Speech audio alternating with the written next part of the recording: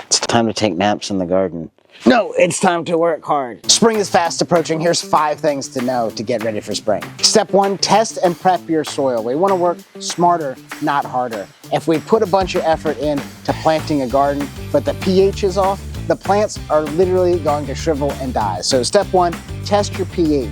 See how much organic matter is in the soil. If we have to add compost or lime, get it done now so you have a little bit of time off for that lime to filter into the soil so you're not burning up your plants. Plan your garden layout. Now this comes from the plants that you like to eat. We don't want plants that are gonna interact negatively with each other. We want a companion plant for the biggest growth. Plant your carrots, your tomatoes together. Plant monocrops, not monocrops. Do not plant monocrops yet. Oh, you said it. I have it on camera. You said. Are we planting them on contour? What is our garden gonna look like? Are we using keyhole beds? Are we using hugelkultur? All of this needs to happen before it's time to get those plants into the ground. Step 3, start your seedlings indoors, whether that's a greenhouse, a windowsill, or under a grow light in your basement. Bottom line, your seeds won't survive this winter into springtime and the harsh weather that's associated with it. A lot of plants don't even go to fruit unless you start them indoors. So you want the most variety in your garden, you gotta start your plants indoors or buy them from a reputable nursery near you.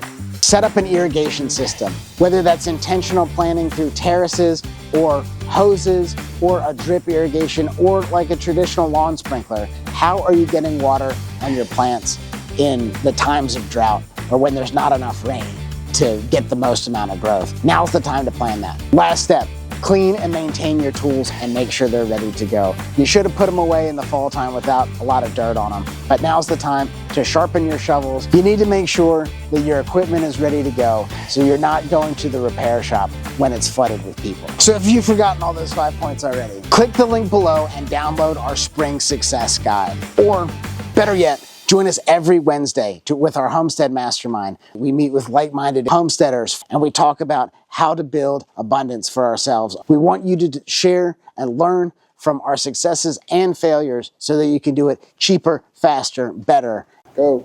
Step 3, start your seedlings indoors. I've forgotten what we were talking about just a second ago.